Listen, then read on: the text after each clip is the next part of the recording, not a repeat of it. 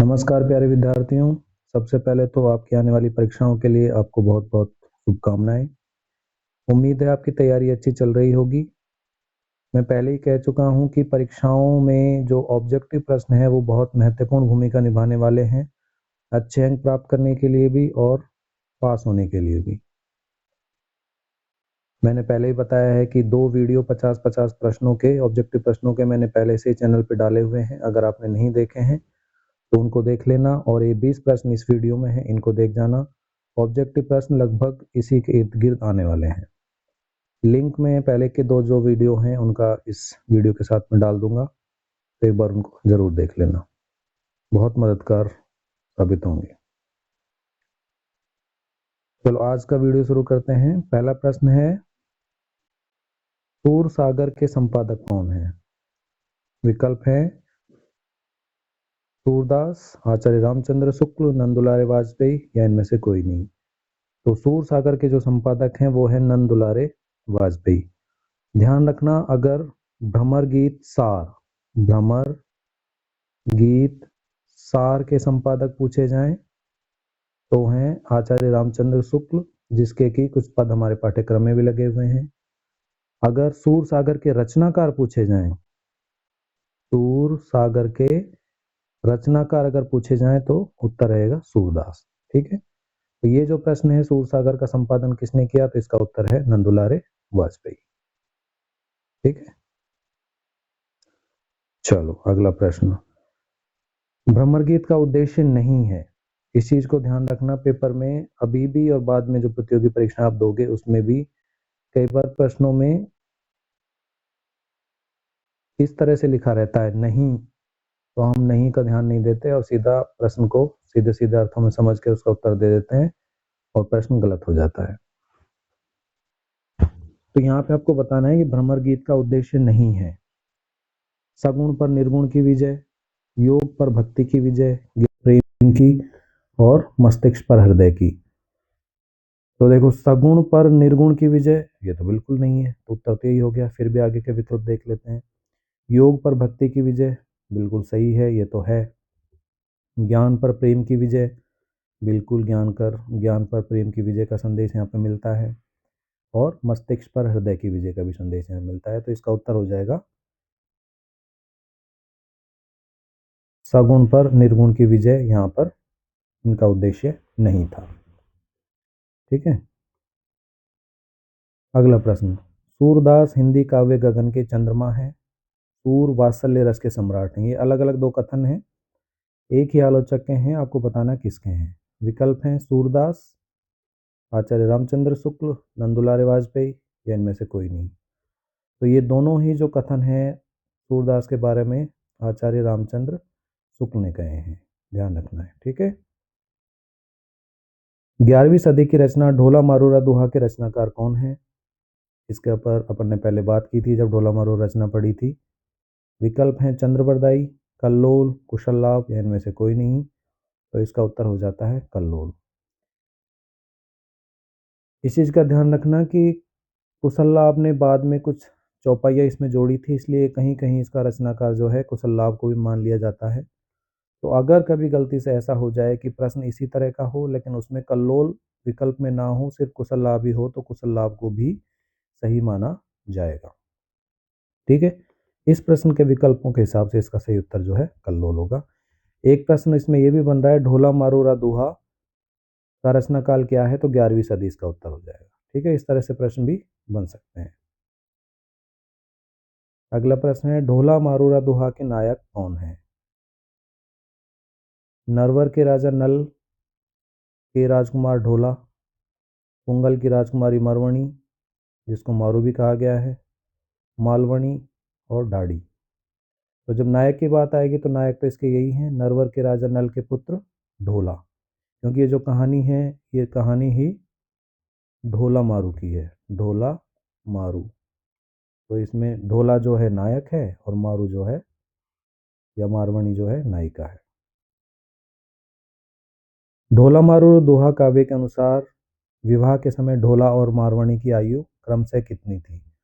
इसमें कंफ्यूज नहीं होना, क्रम से पूछा है, पहले ढोला का नाम आया है पहले ढोला का नाम आया तो पहले आयु ढोला की ही लिखी होनी चाहिए, बाद में मारवाणी की आई है तो बाद में मारवाणी की होनी चाहिए। कई बार प्रश्न में इनको आगे पीछे कर देते हैं कि ढोला मारोरा दुहा काव्य के अनुसार विवाह के समय मारवाणी और ढोला की आयु क्रम से कितनी थी, तो उसमें विकल्प बदल जाते हैं।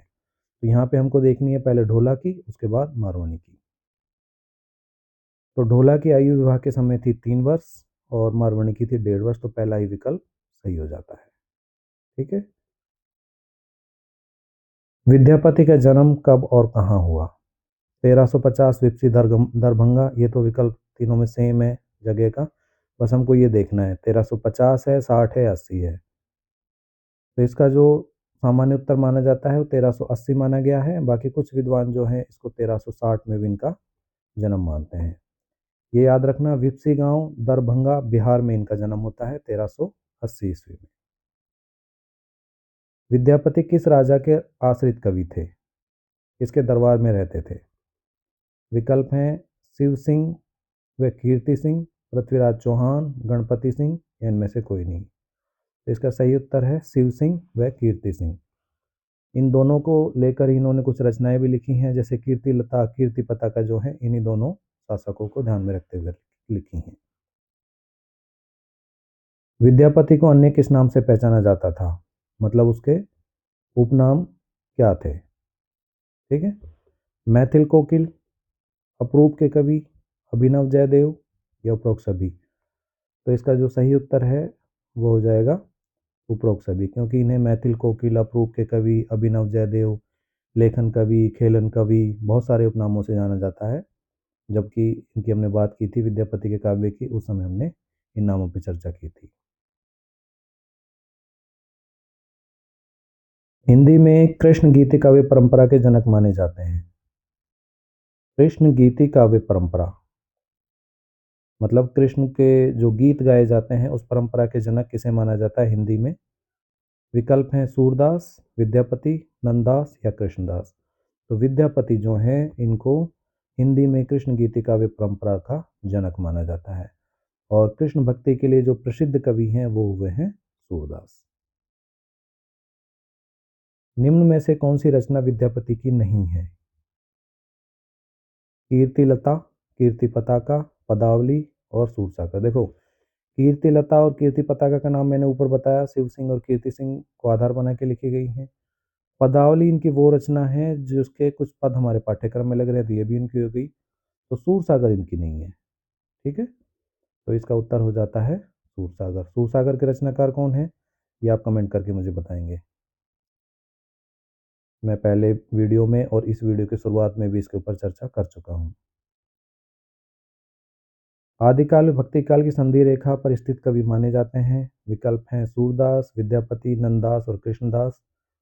तो संधि रेखा पर स्थित जो कवि हैं वो हैं विद्यापति, क्योंकि ये आदिकाल और भक्ति काल, जब आदिकाल खत्म हो रहा था, भक्ति काल की जब शुरुआत हो रही थी, उस समय इनका जन्म होता है और उसी के आसपास इन्होंने अपना साहित्य भी लिखा है, इसलिए ये संधि रेखा कवि माने जाते हैं। विद्यापति ने किस भाषा में साहित्य सृजन नहीं किया? फिर वही प्रश्न है, किस भाषा में नहीं किया ना, इस चीज़ का ध्यान रखना है। तो संस्कृत में इन्होंने किया है, बिल्कुल, अपभ्रंश में किया है, मैथिली में किया है, अवधी में नहीं किया, तो ये इसका उत्तर हो जाएगा। अवधि में इन्होंने नहीं किया है। ठीक है। शंभू सिंह मनोहर के अनुसार मीराबाई का जन्म कहाँ होता है?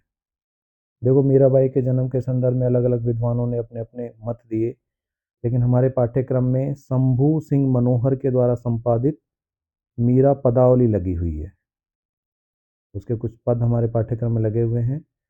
जब हम उनको पढ़ते हैं, उस किताब को पढ़ते हैं, तो उसमें मीराबाई का जो जीवन चरित्र दिया है उसमें उन्होंने, हम सामान्यतः पढ़ते हैं इतिहास में, कुड़की गांव पाली, यहाँ पे इनका जन्म है, लेकिन शंभू सिंह मनोहर ने इनका जन्म माना है बाजोली गांव, जो कि मेड़ता परगने में पड़ता है, वहाँ पे इनका जन्म माना है। तो इस चीज़ को ध्यान रखेंगे, जब पदावली के अनुसार, शंभू सिंह मनोहर के अनुसार प्रश्न पूछा जाएगा तो इसका उत्तर मेड़ता परगने का बाजोली गांव हो जाएगा, कुड़की पाली नहीं होगा।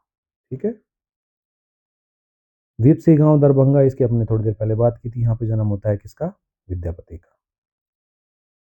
मीराबाई का जन्म कब हुआ?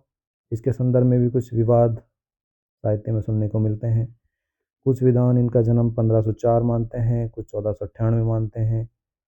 तो इसका जो सही उत्तर है, हम बात करेंगे शंभू मनोहर सिंह के अनुसार, जो पदावली हमारे पाठ्यक्रम में लगी हुई है, 1498 उन्होंने माना है, तो अपने को 1498 ही याद रखना है। 1516 में मीराबाई का विवाह होता है, किसके साथ होता है, आगे बात करेंगे। मीराबाई का संबंध है, आपको बताना है राम भक्ति से है, कृष्ण भक्ति से है, निर्गुण भक्ति शाखा से, या किससे है। तो इसका सही उत्तर आप सभी जानते हैं, कृष्ण भक्ति काव्य से इनका संबंध है। मीराबाई के पिता का क्या नाम था, राव दूधा, भोजराज, राणा सांगा या रतन सिंह।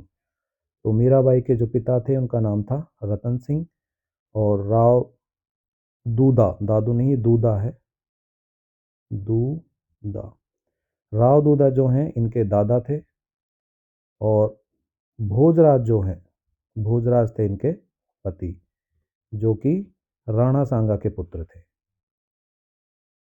और इन्हीं के साथ 1516 ईस्वी में इनका विवाह होता है। हालांकि बहुत ज़्यादा ये दाम्पत्य जीवन का सुख नहीं उठा पाई, और बहुत जल्दी ही एक युद्ध के बाद इनकी मृत्यु हो जाती है राजा भोजराज की। वैसे भी इन्होंने श्री कृष्ण को पति के रूप में वर्ण कर रखा था। अगला प्रश्न है, जायसी ग्रंथावली के संपादक कौन है। विकल्प है आचार्य रामचंद्र शुक्ल, आचार्य हजारी प्रसाद द्विवेदी, डॉक्टर रामकुमार वर्मा या डॉक्टर बच्चन सिंह।